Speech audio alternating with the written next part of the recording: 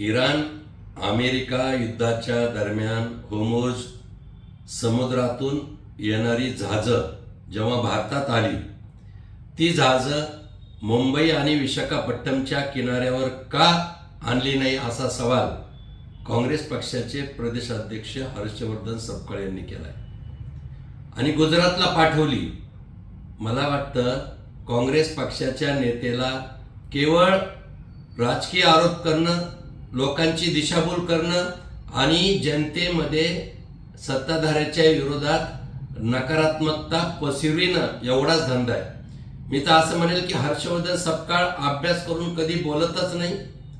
उडाण टप्पूचं नेतृत्व आहे, बालिशपणा आहे, लहान लेकरासारखे प्रश्न आणि सवाल ते सत्ताधाऱ्यांना करतात.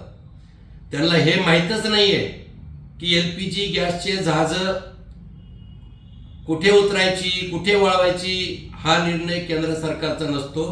संबंधित तेल कंपन्या, लॉजिस्टिक, त्या बंदराची क्षमता आणि तांत्रिक बाबीवर निर्णय होत असतात. मुंबई, विशाखापट्टणम, गुजरात त्यापेक्षा गुजरात का निवडलं त्याचं कारण व्यावसायिक असू शकतं, त्या बंदराची क्षमता असू शकते किंवा स्टोरेज क्षमता असू शकते.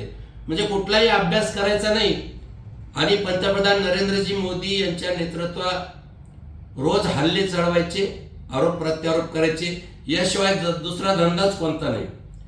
म्हणजे जहाज येऊ लागले, जहाज आणण्याची क्षमता पंतप्रधानाच्या नेतृत्वात आहे, हे गेलं कुणीकडं, पण जहाजच गुजरातमध्ये आणले. मला वाटतं अतिशय बालिशपणा आहे हे नक्की.